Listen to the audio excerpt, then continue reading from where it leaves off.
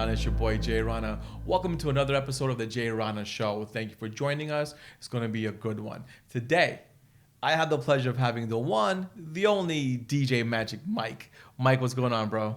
Good, brother. Good to be here. Glad to have you here, man. Listen, I know you're a busy man.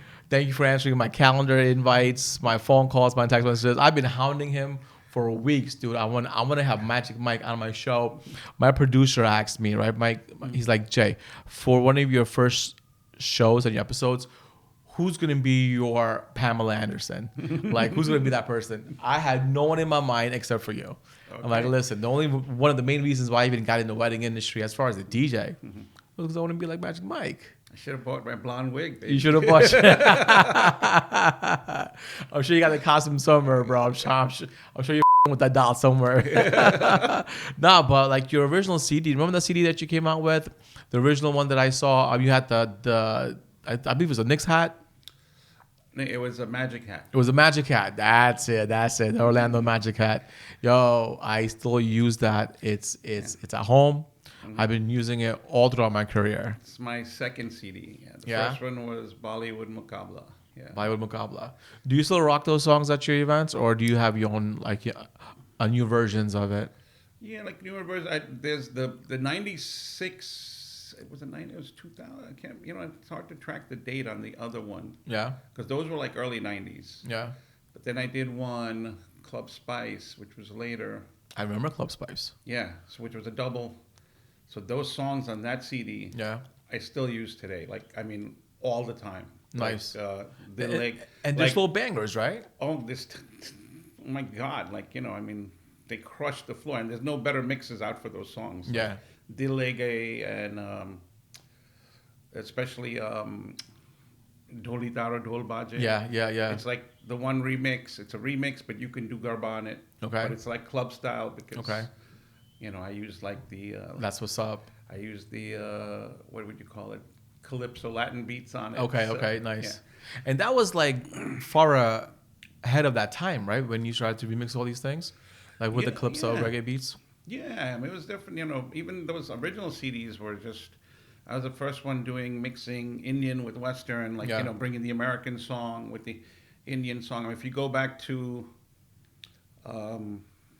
the CD, Bombay Rebel was the name of it. I remember Bombay Rebel. Yeah, that's the one. So like that CD, even like some DJs got in trouble with like Sony and things like that for use for because they were sampling American songs and mixing them with the. I didn't get in trouble. I actually got round of applause. You got a round of applause. Because you were the first guys to do it, or no? But because my CD got pirated. From what I was tracking, about 40 locations. On Earth. So even in Pakistan and it was in. I sent 5,000 copies to South Africa. Oh wow! So they were hearing stuff like Fuji. I was using Fuji's and these other. They were hearing this music in places that it would never get to because of my CD. That's what's up, man. You laid the groundwork for a lot of these guys right now, man. Absolutely. I didn't even think of it like that when I was doing it. You just did it for the love of the music. I did I was a huge. Growing up, music was all around my house. Yeah. Where'd you grow up? In Queens. Oh, hard, right? Hard knock. You don't grow up to be Magic Mike growing up in New Jersey. Hold on. Yeah. You gotta love Jersey, though. I was born and raised in Jersey, right? Jersey came in later, bro. Jersey came in later. Listen, I can safely say that. You know why you can't? Because you can't take the subway to Manhattan and go shopping in the Village for records. Absolutely. That's the bottom line.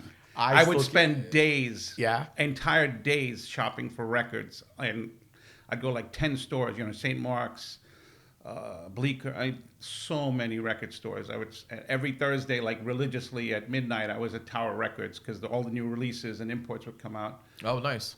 So I did that for decades. I literally have 15,000 records and 15,000 CDs in my house still. Still, until this day, you still have all the records. I have them all, even though all the music is on my laptop now. Yeah. Have you given tours? To other people for your records and stuff? You should. Why not? I would love to pay to take a tour of the Magic Mike house. I do have some kind of libraries, but it's a mess. It's like, it's a basement, and half the stuff is in the attic, and God knows. Think about that. I think that's another avenue for you, man. Yeah. Like, but I have I have the CDs are all in these cases, but the records are like, they're like, and some of them are spread out nice. Like, you can find some bangers in there, I'm sure. Do you still go through those records looking for samples? Every so often. I mean, it's a pain in the neck to transfer them. I can find if I search hard enough, I can find almost anything online. There's a few things that you can't. But eventually, I did transfer. I transferred a lot of it initially. Okay. I used to have a huge team of DJs. Yeah. So back then, I used to go to, this was before you could even make CDs at home. Yeah. So like when I was doing recording for the CD, releasing CDs and stuff. Yeah.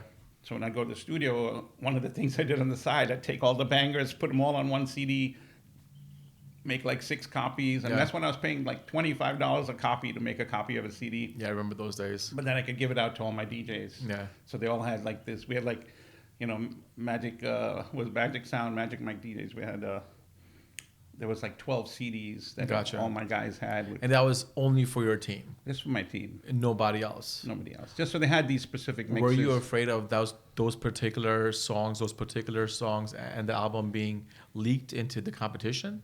No. I mean, this was stuff. Yeah, well, this is stuff that I had a lot of exclusive remixes.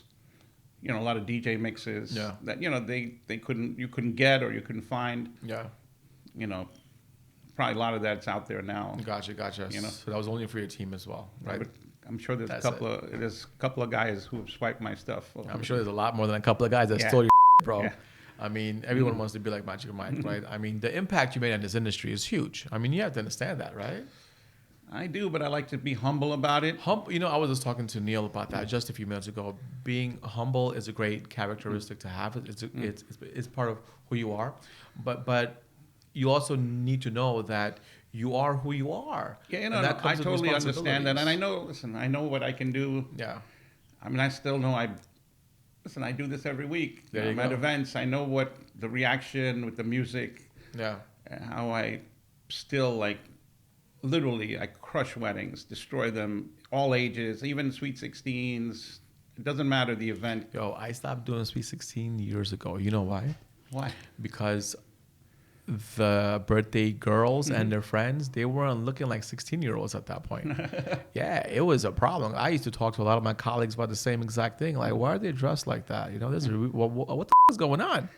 I personally felt uncomfortable being there because, as a host, right, as the DJ, you're behind the booth. I get it. But as a host, I'm on the floor. I don't want to be dancing with them.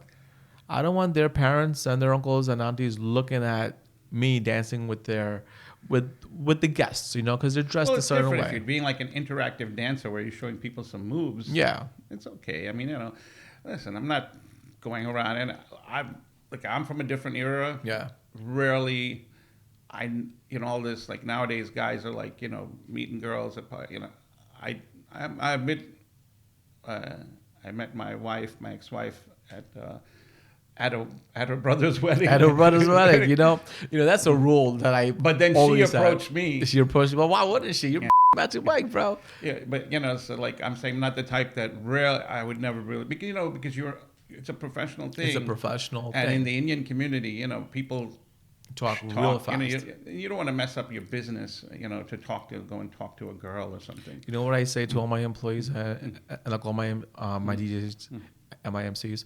Always look available, but never be available. Good way to put it. Always look the part. Look the part. Eye contact goes a long way. A smile, dance a little bit, but I don't want to see any numbers going out. I don't want to see none of that shit because that's going to come right back to me. Yeah. And bad news travels faster than good news. And I can give you stories about my guys. I like stories. Give me a story. Give me a story. Oh my God! Some of the things that happened in my van back in the day. In your van. I hope you got your van clean, bro. I hope you got that van clean, man. Oh, but God. yeah, there's stories. I mean, I was like being in this wedding industry, being in being who you are, right? I'm sure that comes with a set of responsibilities as well, right?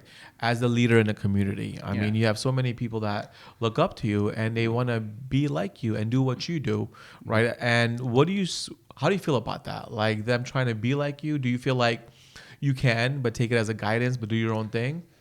Yeah, exactly. And I mean, obviously, there's certain things that I do that nobody can copy. It's just the way I, present my MC, whatever, and my knowledge of music. Yeah. Especially, when you bring the mixture of classics to the new stuff and bringing the two together.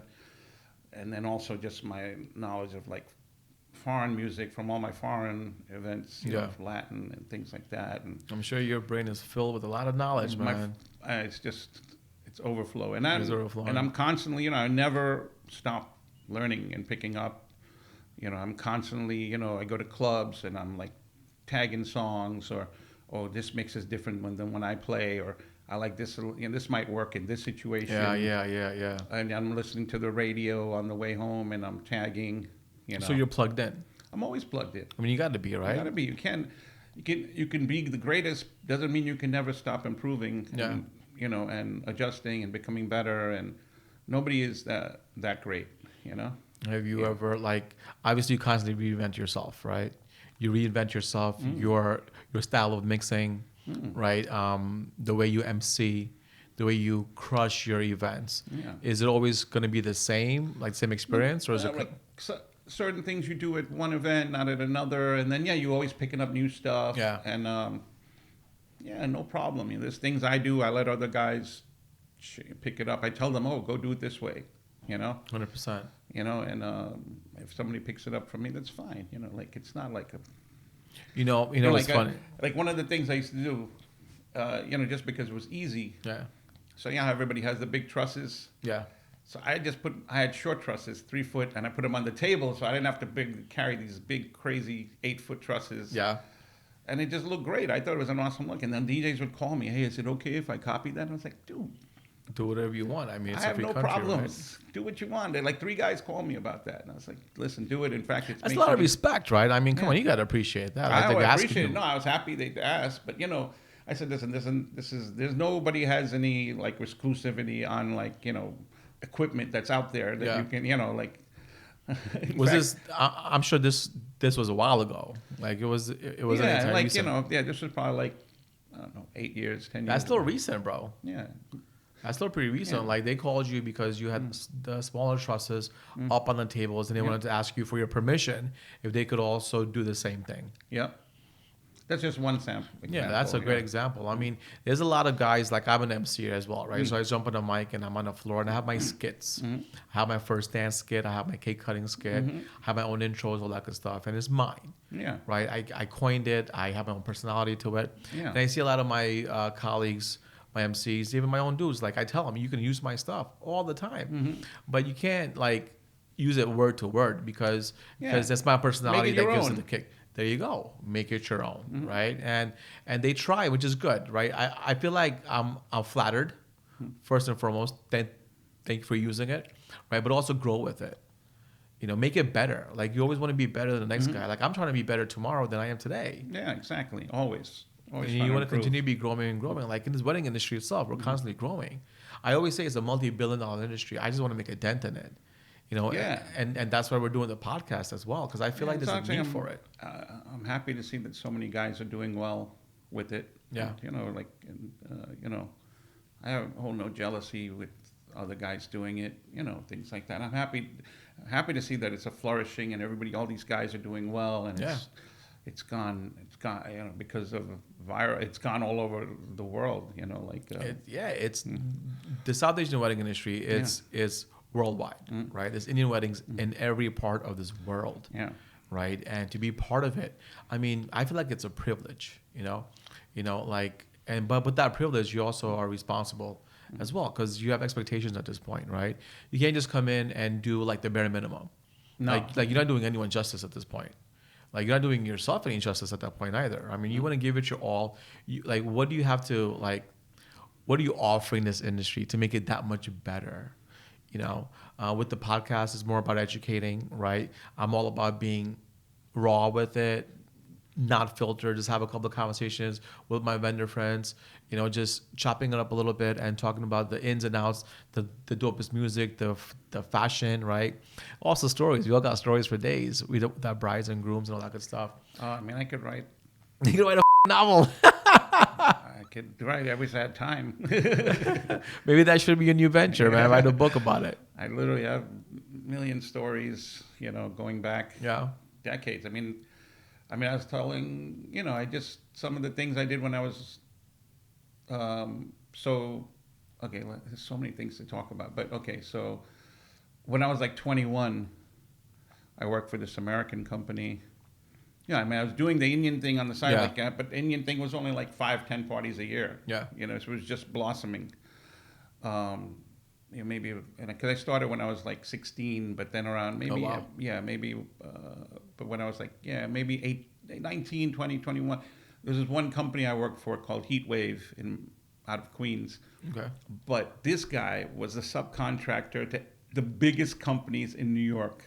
Wow. Shazam, Showstoppers, EJM, Heart to Heart, just down the line. Peter Duchin orchestras, I'm talking about the elite that 1%. Entertainment companies in New York City. That 1%. Used to subcontract him for DJs. Yeah. So through them, I was doing at the age of 21, I did the Playboy magazine's anniversary party. Give you a round of applause. Windows on the wall. I would do like Lancome Cosmetics. Yeah. They would have a brand new product that came out. Fun. There's 900 people, 700 models. I like that ratio. Yeah. And one magic mic. 6 MCs. So okay. I'm the only one who didn't get a number because I was DJing nonstop. Because you're working, right? I'm working. There you go. Always look available, but never I be available. Very familiar. I did the grand opening of the IBM building in Atlanta. Okay, that's what's up. Yeah, and and that was go there. I didn't even know what I was going there for. I found out when I got there. I was like, wow, this is the top floor of the brand new building. Yeah. CEO of Pepsi. Coke. CEO of Coke, Delta. Ted Turner was there. Wow. This is like Black Tie Affair. It was all big time for huge. And plus, you were at such a young age at that point, being exposed to all these multimillionaires, all these high-end corporate gigs that nowadays are still too far in between. And my knowledge of music is just, I was already at that age. Yeah. Because I was just literally, my parents took me to see Saturday Night Fever when I was 11 years old. Nice. And obviously left an impression on me. Nice. Clearly left an impression on you. So all that, and my brother. I love that song, by the way. I drop it as much as I can, man. You got to. I drop it all the time. People will still love it. Yeah, those classics. You can't get away from the classics. You could hit all your top 40s all you want. You could hit your Latin pop all you want. But in between Bad Bunny and right, you got to drop some Saturday Night Fever, and they just lose their minds. Yeah, it just, it's good, especially, when especially these weddings, it's a lot of older generation, younger generation. But you'd be shocked. I do some parties where there's no old people, and I drop these tracks, and the younger generation is eating them because they grew up listening to music with they parents. grew up it. Yeah. So when they're out at these events, they're loving it. Nostalgic. It's nostalgic. Yeah, that's what nostalgic. So it's great. So you can drop the new stuff, and then you mix in the old stuff, and the same thing works with the Indian and the Western. Yeah. So people really they really enjoy the old stuff as much as the new stuff. I feel like all of the new stuff is just a new form and variation and the samples of the classics that we all know and love. A lot of it, You got to respect the music, right? Yeah. All the new songs, all the classic songs, they have one thing in common: they rock the floors. Yeah. And they make you feel a certain way. Yeah. I'm a big believer in that. When I work with my clients and I curate my playlist, I talk about them, their personalities. I'm talking about what they're into, what makes them dance, what makes them vibe and feel good. And I ask for a small playlist, 5 to 6 songs, not that much. And I curate that over and over again, build on it, right? Yeah. We talk about vibes, and I give them a bunch of samples, just pick and choose what you guys want. And because no two parties are going to be the same, right? No two events are always going to be the same. And I even talked about this before too. I might have a set playlist, right? Do you go off of for like various requests from the floor, or do you stick to your playlist? I mean, you see your crowd going crazy, right? I don't. I mean, I have stuff that I have like in my mind. Okay, I'm gonna. But I really feed off the floor. I really don't. High energy off the floor, right? I have to go, and then you never know, like, all of a sudden, if it's a mixed wedding, the American people are not happy, and you want to bring them back in, and you got to switch out, or you got to bring the Indian people back in. You got to keep judging on the spot and feeling it out. I call it fishing.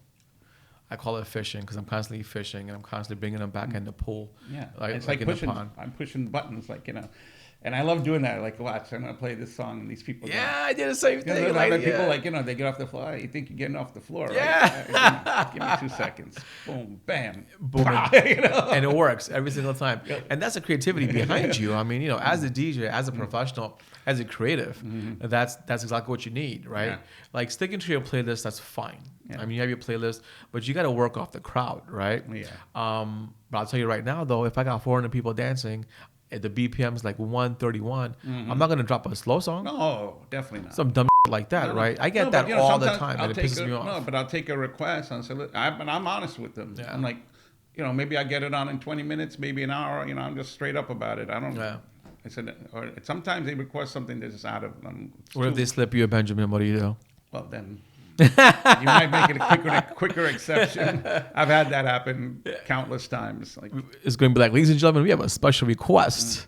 A big round of applause for so and so. Come on down to the dance floor. So I was helping my brother. This was like last year. My brother DJ'd because my brother did it as a hobby. Like, okay, what's your brother's name? Chet. Got it. Yeah, so he did it.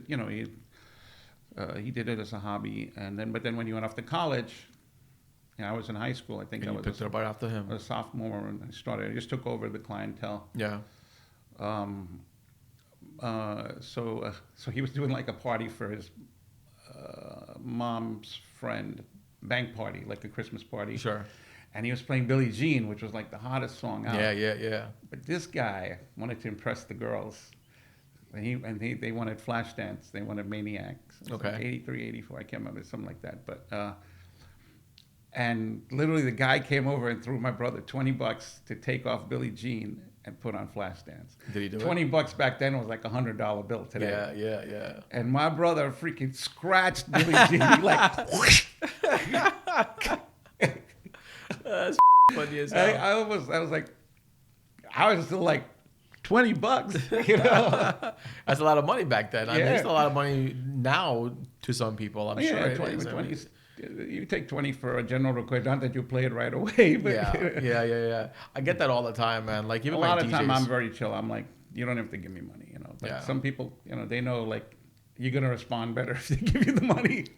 There's times when my DJs are rocking the floor, and I'm on the dance floor, and the tips go out. Like the tips, they're just throwing them like the money in the air. Who collects that for you? I know what works for me, but what works for you? No, I mean, usually I have guys who are working with me. Just sometimes we'll get like the guy from the hall, just sweep it up, and we'll give him some tip. There you go. There's I don't get like I get maybe 10% of my parties when that happens. I don't get like because it's not. I do a lot of mixed weddings, but I get even if it's Punjabi, it'll be like I just had this past weekend. I had Punjabi and. It was kind of like American, half Jewish, something. Sure. But they didn't throw any money, because they're more Westernized. Yeah. I mean, they tipped at the end, great. Nice. Do you? There was a situation I had. It was a Punjabi wedding, right? And they were throwing money in the air, but I didn't have a person on the floor to clean it up. So they don't want to dance on the money, so they stopped dancing. Oh my God! And they said, "Clean it up." So we got the staff to come in. With the brooms, with the big industrial brooms. Yeah. They pushed it all on the side. Yep. And the floor was packed. I mean, this should actually happen. Like a sea of singles. Yeah, because some people, it's disrespectful to dance on money. As soon as it was clear, they jumped on the floor. They packed it up again. Yeah. It was the best thing. Like, I'm always learning from all my events, right? Do's and don'ts. The best is when they throw the money, they just put it right on the DJ table. This is for you. It's but then it's also nobody's dancing on it. And there's also times when the kids pick it up. Yeah. the kids pick it up and like, this is for you, Mr. DJ Wala. There you go. Oh, yeah, I've had the kids pick it up and take it home. Yeah, take it home. I seen that. I'm like, well, that's your allowance for the next 5 weeks. Yeah. You know, don't bother your parents, all that good stuff. But I'm sure there's a lot of like, being in the wedding industry itself, being in the events industry.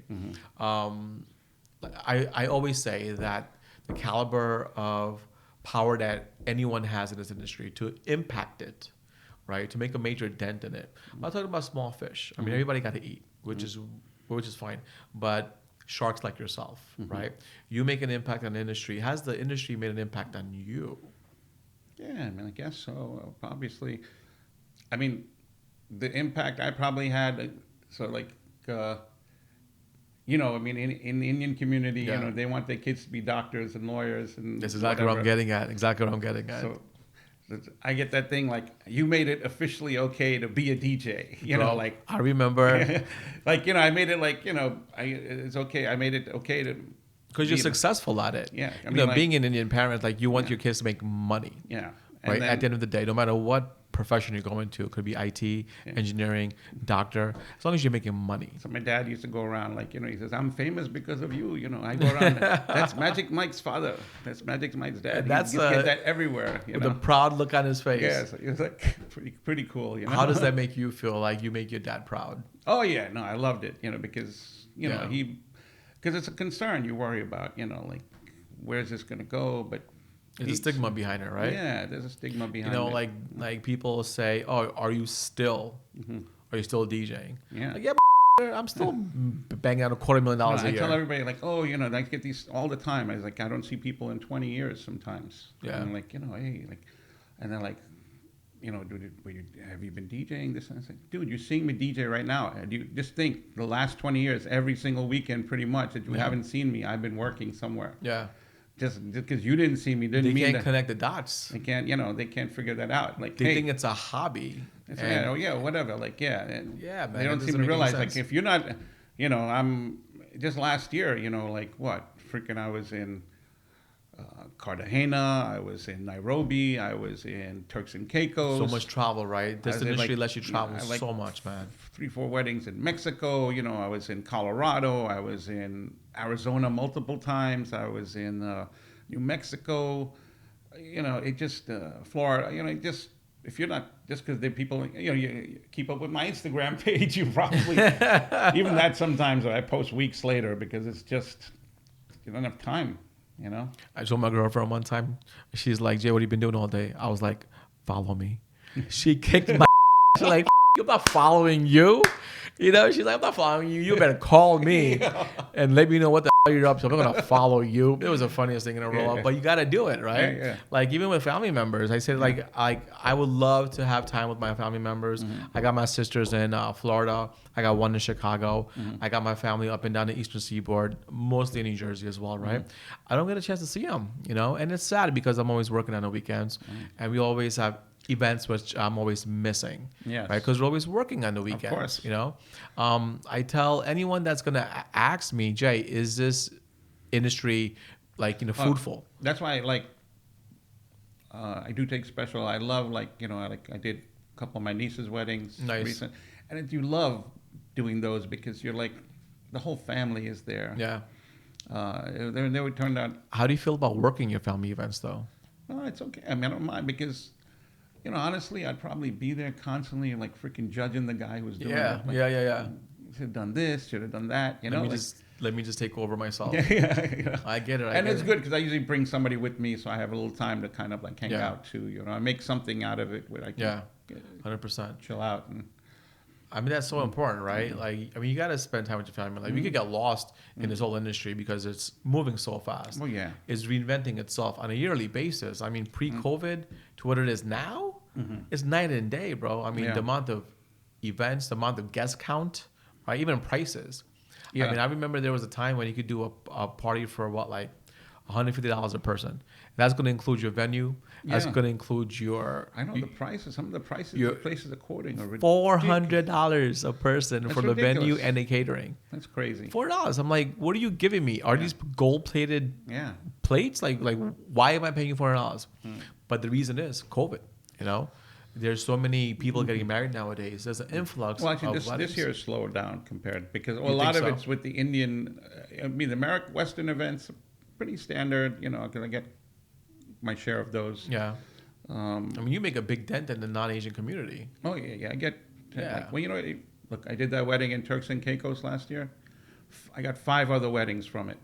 Nice. I literally crushed that wedding. Nice. So, 3 of them were not Indian. Like totally American. Okay. So, you know, just... That's what's up. But, you know, it's hard to promote yourself in that community, but when they see you, they're like... And then you go there, you do don't see color at that point. They don't see... They don't see color. They see the vibe and energy you bring to the dance floor. Yeah, you only care about... And then my knowledge of me. Like, I did those weddings, I totally, like, you know, had the parents dancing, the kid, you know, the youngsters, you name it, everybody was on the floor. Nice, nice. You know?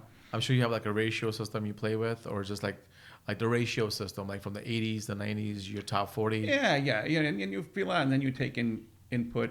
Energy from the floor. Yeah. Requests. And you go to, like, and nowadays, you know, like, you judge also, like, whether it's a wedding or a birthday, you know, even, like, the birthdays have exploded. Yeah. Oh, really? I mean, I just did, like, 40th and 50th birthdays. 40th birthday parties are big right now. Yeah, I just did, you know, they've been doing, like, rooftops in Manhattan like crazy. Like, I just got some amazing 40th birthdays, like, you know, and they're paying like $300 a person, 100 people on a rooftop, and then there's a lot of disposable income out there for that, man. Yeah, Jesus. You know what it is? I will say this: the COVID put spotlight that how precious life is, and you got to enjoy all these moments. I like how you put that. You know, and that really put a highlight, and that's why I think these things have become more important. And I did a 50th birthday in Cabo. Yeah. How was that? 3 days nonstop at the Waldorf Astoria. Oh, nice. I mean, and kick, like, you know, it's actually to a family member friend. Like, I don't want to go into the details, but what an amazing. And then obviously left you speechless right now. Yeah, because when I walked in the room, I was like, damn, that's my room. It's like that? It was phenomenal. Nice. And when I died, the best room in the place. I was like, wow. Better than a bridal suite, I'm sure. Yeah, it was, literally. Better than a bridal suite, I'm sure. And while I was there, actually, the girl who had, a couple of weeks before, had a rooftop party for her birthday in Manhattan. Yeah. She brought a bunch of her girlfriends out to Cabo. So in the afternoon, I ended up doing her party. And I think I saw a picture on a boat. Yeah. Was that the one? That one went viral. I liked it a few times. Yes. That was nice. I had all my friends go, yo, why'd you take me to this party, bro? Oh, I bet you get that a lot, though. Like your boys and like your friends, your cousins, your family members. Can I travel with you? Do you often do that, or once in a while? Well, I mean, if they can manage, it's tough. They can't really do it most of the time. So and then I have to see if there's space, you know, because most of the time in the room it's me and my second person or whatever, you know. It just depends. Nice. Most of them can't make it. Nobody can really actually do it. It's very, very rare. It's nice to think about, though, right? Yeah. Well, I got something in Colombia. I have a friend who might want to come. Okay. So we'll see about that. I get calls a few times from my boys and my cousins. Yeah. My younger cousins. So if you go anywhere out of the country, let me know. I'll take days off and use my PTO and all that good stuff. Well, there's a cousin of mine that would do it sometimes. Yeah, I think he came to Texas with me and stuff. I remember I used to go to Spain a lot, but I begged people to come with me. Yeah. And then nobody would come. And now everybody's dying to go there. You know? Right. You know? I mean, it's a change in atmosphere, right? It's a change in the timings and all that good stuff. You know, like you want to do that now more often because you never had a chance before. You took granted. Everybody took for granted all the time that they didn't have. Yeah. You know? I mean, I make sure, like all these places I go, I always spend extra days, you know, before or after. You know, going around, like, you know, if I went to Chile, I went to the southern, so I did Santiago, I'd go to the southern tip for 4 days. Nice. And really, you know, see all the glaciers and this and all the national parks and things like that. And if I went to Spain, I would go around and, you know. It's a certain lifestyle, man. Yeah. Like being you, number one, and being a dominant force in the wedding industry. It's a certain lifestyle that you live, right? Is it a must? Is it like you have to live this lifestyle to keep up with the Joneses, or it's like you're privileged? Like, how do you see it? Because I know a lot of people. Oh, I mean, it's probably earned privilege because I've earned privilege. I like that. So, I'd like to take advantage, I could be freaking dead tomorrow, man. I'm going to take advantage of people are like, why don't you save more money? I'm like, oh, listen. And do what with it? I know. Like your house is paid. Yeah. Listen, you got a roof over your head. You got a car. You got food in your belly. You got clothes on your back. What else do you need? And I can spend a lot of money on like fancy dinners. I think I spent like $500 last night. I see all your Instagram posts of all the cool places that you go to in the city. Yeah. But then, I get extra food to go. I'll take it today I'm going to take some of that food to see my son. Yeah. I like to make sure that, he gets... How many kids do you have? 2 kids. 2 kids. How do they feel about their famous DJ Magic Mike dad? Oh, yeah. No, do they know who you are? Yeah, they know who I am. They come to my parties, like New Year's parties, all these weddings. Do they know that their friends also know who you are? Yeah. So like my daughter is in South University. It's a PA school. Yeah. So they had their annual gala. So I literally drove down to Georgia and DJ'd it for her. No, nice. Yeah, and I sent somebody else to do my rooftop party that I had in Manhattan that day. But, I'm sure she loved that. That's my dad up there. She loved it, but I crushed. The kids were like going crazy. They were doing I had them everything from the line dances to all the latest hip hop and all the latest, Yeah. And these are all kids in their 20s, you crushed it. I destroyed it. And you crushed it because at the end she came and gave me the hugest hug. Oh, that's sweet. Her and all her friends. I'm sure that tugged on your heartstrings. Yeah, of course, man. I loved it. And to do it for her, it meant more, And my biggest fan is my mom. Yeah, there you go. She follows me on Instagram. She follows me on Facebook all the time. She's like, Beta, how was that party you did? I said, Mom, it was very well. It was very good. It was nice. Did you get more business? Mom, I got so much more business. All these great things. She's my biggest fan. Yeah. She's like, I liked your suit that you were wearing. I said, thank you. I feel like she's a constant in my life. It wasn't always that way. Like being a DJ and being like, you're going to press. So I was working at Pfizer. Okay. Yeah. As a tech analyst back when I was 19, 20 years old, right? I quit because I wanted to DJ full time. Okay. Right? She must have flipped. My dad was like, what? You're going to press play for a living? I'm like, Dad, give me 2 years. Give me 2 years. Give me 2 years. I could always get a job, right? No big deal. Give me 2 years. I like what I do because I've been DJing on the weekends, part-time, right? I started to say no to events. And after a while, I started keeping track of how much money I'm losing by saying no to these events. And it was a substantial amount. Yeah. So at that point, I'm like, if I go full-time, that means I have more time to market, right? And more time to actually put some energy behind it and increase my pricing. Of course. And I did that. Bro, I never looked back. There you go.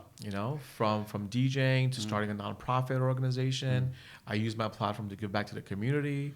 I work heavy with the disability of Edison, with Robert Wood Johnson. I donate a lot of blankets and diapers. I use my platform that I created to give back to the community that supported me. Yeah. A lot of guys did during, especially COVID. Yeah, you have to. Yeah. If you don't do it for the community, then what are you doing it for? Yeah, I just donate where I can. You have to. Even together, we're on the board of directors for the AIWP. Yeah. Right? Giving back to the community. Absolutely. The AIWP Association of Wedding Professionals, it's there for the vendors. It's for the vendors, by the vendors. By the vendors, and hopefully, I'm hoping that AIWP and bring in a lot of the up-and-coming vendors, give them knowledge. And work together. And that's what it is, right? That's the knowledge that they don't know. Because when somebody from our group is coming, it's going to be on point. It's going to be professional. We're not going to mess around, and 100%. We're all going to be insured and things like that. 100%. When you have that support system, right? Yeah. That's backed by other professionals, and even other professionals in an association are titans in their own field, right? They've been around for a while. Even the new guys, they're very talented individuals, right? When you come together as a force, and you go into any particular venue and ask them for something, it could be anything, right? But to mainstream a few things, right? Because a lot of these non-South Asian associations, they have power. Like the NJ-NY Event Coalition, that came into fruition after COVID, right? They realized that they're not getting any breaks. They realized that the Congress is not really helping them. There's no bailouts for them. So you know what they did? They got together. They got together and they formed a union, the NJ-NY Event Coalition, right? You can learn. Yeah. We can learn a lot from them about working together. You know, individuals, we can break, but if you take five separate pencils, it's hard to break them. Yeah. Do you know what I'm saying? Same concept. So that's why the association is here. I mean, I urge all my fellow vendors to join as soon as you can, because, like, we're better in power. We have better power in numbers, I want to say. There's no power in numbers, obviously. You know, absolutely. And like, if you want to see a change, so everybody wants to talk about change, change this and change that. Sure, but you got to be there. You know, if you want to see change, what did Gandhi say? If you want to see change, be the change. Yeah. Right? So you can't just talk a lot of and expect it to work out in your favor. You got to put in the work, you know? And that's exactly what we're all trying to do. So hopefully that, I feel like there was a long time coming, and with the right people in the right places, it's here.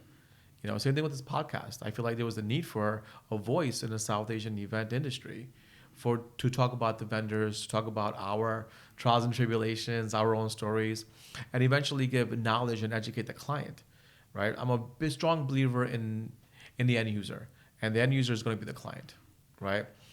Taking advantage of them. I see it all the time with some of these vendors, pricing, offering, promising things. It just doesn't come. And I see it, and you can't say about it. Like, bro, are you kidding me? Brides don't know because they think that's the norm, you know? That sucks.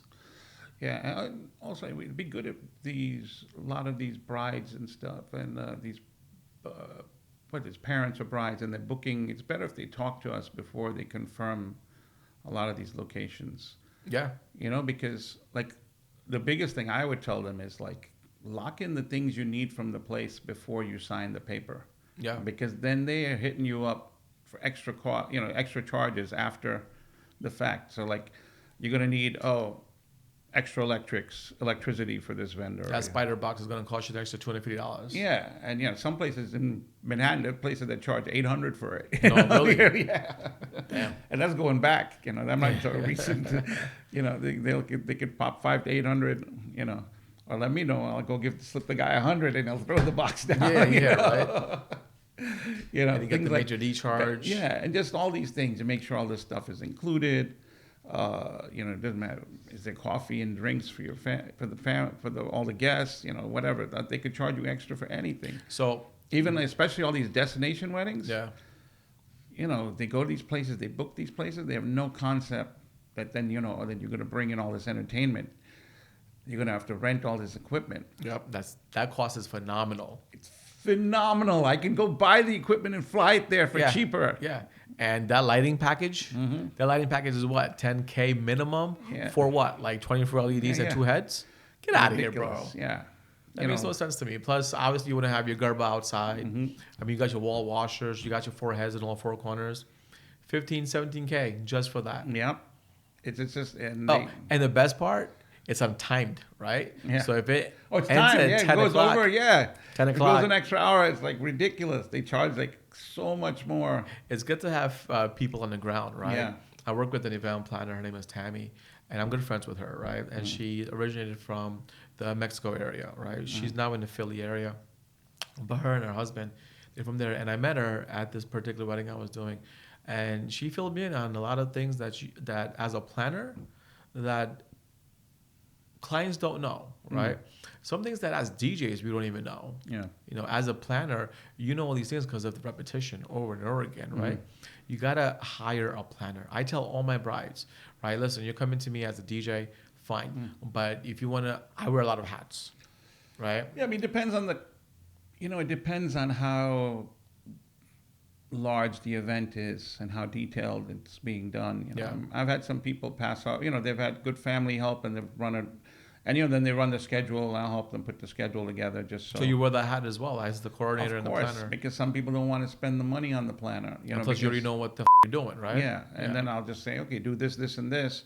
But then when I say like, oh, you need all this, when there's so many things, moving parts, then you got to bring in a planner. Yeah. It's a big production. Yeah. I strongly recommend it. It's all logistics, man. It's all logistics, yeah. Overlapping of a lot if of it's something pieces. simple, you could probably get away with it, But when it's a proper, like, big event, multiple day, photo, video sessions, you want to make sure all the family members are on top, the bridal makeup lady is in this spot at this time, and the mehndi person at this. All this stuff, then I definitely recommend. I always say hire professionals. So if you're going to have a birthday party, if you're going to do a graduation or an anniversary, you know what? Stay within your budget, right? Try to do whatever you can. Because if you mess up, you could do another one the following year. Not with weddings. You're going to be spending a lot of money. Mike, thank you for being on my show. Okay. I appreciate it. Do you want to put in your tags real quick? So Magic Mike DJs at Magic Mike DJs, and then I have Magic Mike DJs International on Facebook, but most of my posting is on Mike Marfatia, my regular name. Very cool. But I do put stuff on the Magic Mike DJs. It's just hard though, I don't know. You were able to put a post on Instagram, you should share on Facebook. Now it's not working. Vice versa. They say there's a lot of analytics, right? So they say that if you post something on IG, it should be automatically transferred to Facebook. Yeah. But if you post the same thing on Facebook, the numbers are lower. Oh, yeah. So it has to be two different content. Yeah, well, I try and do like Facebook, and I'll just instead of having a full reel, I'll just put like all the separate videos. Yeah. Things like that. TikTok, I'm working on. I've been joined for a long time. I haven't done anything. And I have a lot of content for TikTok. I bet you do. I'm just waiting. Like I got a lot of content. You're gonna pull that trigger one day. Pull that trigger one day, and then all of a sudden we're like, what? I still actually remixes. I'm still making tons of remixes, and really, I get a lot of use out of them at parties. Yeah, and Indian and Western and Latin and everything. You can go on. So if you go on YouTube, there's multiple pages. There's DJ Magic Mike NYC. Make sure you don't forget the NYC. And I have a page and a lot of remixes on there, and a lot of Bollywood and Latin and American stuff. And then lately I joined with AIDC. Okay. All India DJs Club. Okay. They have a lot of access to. Oh, nice. Is that a fairly new platform? No, it's a platform for DJs out of India. Okay. But the DJs from Dubai, there's DJs from all over the world kind of like joining on there now. Okay. They got 3 million followers. So, I've noticed. I thought I'd get more views, but it hasn't been much more. I've been getting like 15,000 views, but it happened the first couple of days. So like I just put out remixes for like as far as Bollywood, like Aaj Se Teri. Yeah. And Kesaria. Yeah. And like love those. I've been running those mixes at parties. Nice. And always Akmare, which is all the DJs love, and then American stuff. I love like the mixes I've made. At least I just like if I can use it at my party and people love it. Yeah. Then I know it's solid. Nice. Like I have a mix of Senorita. I downloaded a lot of your songs, Bryce. I rock it all the time. And then I'm gonna put some of my retro mixes from my original CDs. So I'm gonna put those. I'm gonna get videos made for them, so they have proper videos for them. Probably I have. That's exciting. Yeah, I can't wait because I think honestly I haven't found as good mixes like what's that? That's something to say. Gina. Yeah. I still love playing these other guys. They take it and they technify it, and I'm like. Yeah, but the original people want to do the original moves. Yeah. They want to do my mix just has the beats behind it, and it just makes the original song stronger. Yeah. And if I'm doing like a nightclub, I keep like the techno-fied mix, and you can use more of those. But if you're doing like a wedding or like a party where everybody, you want stuff where people can relate to the original songs. Yep. People want to do the original moves, the Bollywood moves from the movie. Sing along to the music. Sing along to. That's huge. So you don't want to destroy it. I've been to a couple of events as a guest, and the DJs, they were good in their own way, right? They were dropping these Bollywood songs, which was nice. The first verse, and as soon as the beat drops, it's all like Skrillex. Yeah. Where's the rest of the song? It's like... is that new? Yeah. Obviously it's new, but is it wanted? That's my question. I think it's overkill. Okay. I mean, it's good, and even I'll play some mixes like that. Yeah. But I won't do it like these guys do every mix like that. I just can't. For me, it doesn't work. It has to be strategy, maybe it right? works for them. Yeah. I guess maybe for the crowd there. But even like, I mean, I get tons of tons of weddings of people in their 20s and things like that. And then I told you I'd get like, I still get like high school graduations and, but bigger ones, obviously, but more higher end ones, Sweet 16s and stuff. And I'm playing all these mixes and they're loving it, I don't see even like I just did that wedding in, where was that? You can literally go on my Instagram page, look for Puerto Vallarta. Oh, nice. Okay. And I threw down my mix of Iqbal Kajina. Yeah. And that mix is like from God, like when the song came out. And they lost their shit. They went bananas. They were like, they're all doing the moves from the movies. And these are all like people, like, young people. Yeah. That was a young wedding. You see that, right? Like all the young kids right now. I don't want to say kids because it's all adults, but they're in their 20s and they're all getting married. But they can relate to all the older Bollywood songs from the 80s and the 90s. They love the new stuff and they love the old stuff. Yeah. Yes, it's good to get a nice wide variety going. And then they love this, and I've been doing like a lot of throwback sets. Yeah. Or just entire sets of throwbacks, especially at Sangeets and stuff. Okay, nice. Because the whole family joins in. Mm-hmm. I still, I'm in my kitchen. Mm-hmm. I have my rig, I got my monitor, and I'm just mixing it because, I want to keep my skills sharp. So what I do is I do side B. So instead of the first verse and the first chorus, I mix the second verse and the second chorus. And I use those as my main mixes. The second verse of every song, the third verse of every song, pushing forward. It's a whole new storyline. Okay. Like you could relate with the beats, right? Because beats. Everyone knows the first verse. Yeah. But the second verse is crazy. I'm good about that too. Like say you're playing a song where like the later part of it is popular. 100%. I try not to take the song out. Yeah. Even though it's a little bit longer. I mean, it's a little bit. But like there's some classic hip hop songs. You don't want to like take out. Like. Nelly, must be the money, but you want to make sure you play the part where he mentions Jersey. Right. So when I get a call to go DJ something, for example, it's not because they just want a DJ to press play and play all the new songs. They want me to play songs that I like, and what I vibe to. So what I try and do is I'm always playing to the crowd. Yeah. And then I play stuff that I think is going to work for them. Yeah. I play the crowd, and I'm not going to play something I like if I think it's not going to work for them. Gotcha.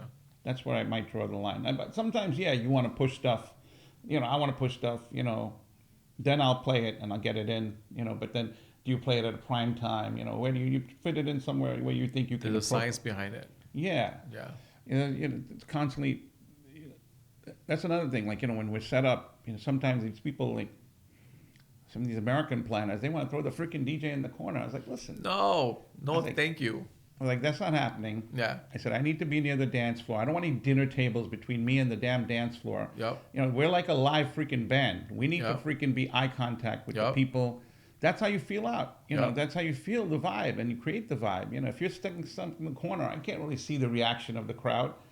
I feel like that's because their expectations, the non-South Asian event planners, they feel like the priority of the DJ is not as high as it should be. Yeah, exactly. He's here to press play. Yeah. Nah, bro, we're here to kill the floor. And that's not all of them. I'm just saying there's some of them that like that. I definitely understand. I go down south a lot, right, the Texas area. Yeah. And I feel like they're a little bit, I feel like they're playing catch up. Yeah. They're playing catch up. That's the word I want to use very strategically. They're playing catch up with New Jersey and New York and like the whole tri-state area, right? Listen. DJ placement. You want to talk about so these guys in the South or Chicago, they'll have the entire event. They'll have the introductions, then they'll go into dinner. And I'm like, yeah, I said, you just had freaking a cocktail spread that I could probably barely move. Anybody can barely move after eating. Now you're going to feed them dinner. Yeah. Let people might as well put them to sleep. Exactly. And then they'll have nonstop dancing after dinner for like 3 hours. That doesn't work. And I'm like, let people get hungry. And not to mention, when they first come in, they do that grand introduction. The energy is so upbeat and all the stuff. Everybody's excited. Yeah. You got to get that first dance set in. I don't care if it's 15 minutes, 20 minutes, 30 minutes. You got to get the flame and get the crowd. Then the crowd is excited. Like, yeah, this party's going to be awesome. That's I'm hanging. What's up. I'm here to hang. I'm here to have a good time. Because when you do that first dance set, everybody's out there. Like, everyone wants to be part of it. You know, whether they're dancing or just hanging out on the floor. They're vibing right off the jump. And then they know. Then you can easily, you can bring them back after dinner. Yeah. Whereas if you wait till after dinner and then you kind of starts up slowly sometimes because this person's finished, not even. The energy's not going to be the same. And plus people a little lethargic after with all the food. 100%. They're going to fall asleep. Yeah. So, but, I mean, I've rocked it both ways many times, because when you travel, you go with whatever they decide to do. Of course, because you're still the hired help. Yeah, but I hate that term, by the way. I've been called that one time in Florida. I lost my fucking I'm like, but that's another story for another time. I'm sure you and I can talk about a lot of stories all day, all night. Let's save that for the next episode. Yes, there will be more. There's a lot more to talk about. A lot more to talk about. Yeah. Mike, thank you for coming on the show. Absolutely. I appreciate it. I look up to you, bro. No. I do. Thank you for coming here. Like I said, I like to stay humble about it. Yep. We were talking about that. It's very important. The only time I kind of, sometimes you have to put on a shield and armor because, people like to talk down on you. Nazar. And because I get like young DJs, clients will call them, looking for DJs and calling around. I say, oh, Mike, he's old. I'm like, I'll put you to freaking in your place. Put me behind the tables. Yep. And put me at the same wedding you did, and let's see who does a better job. That's what's up. We're gonna edit that the proper way too. Yeah. No, you can leave that in. I have no problem with that. I love it. I love it. I don't take. I know what I do and I know what I bring. I see it every week. That's what's up. And I get my response direct from the clients. That's what's up. I do this for one of the biggest reasons I do what I do is at the end of the day, you made that day special for that client. 100%. You made, and then they're like, they're blowing. They're like, that's such. I still get people coming up to me now from like 20, 30 years ago. Like, oh my God, our wedding was the best. People still talking about it. Like that's the best feeling in the world, right? That's the best feeling in the world. Amazing. Yeah. Ladies and gentlemen, thank you for joining us. I appreciate it. This is another episode at the J Rana Show. I'm your boy J Rana. We got DJ Magic Mike. I'll see you on the next one. We're gonna post up on other platforms. Comment, like, do what you want to do, but follow us. It'll be an interesting journey. Peace.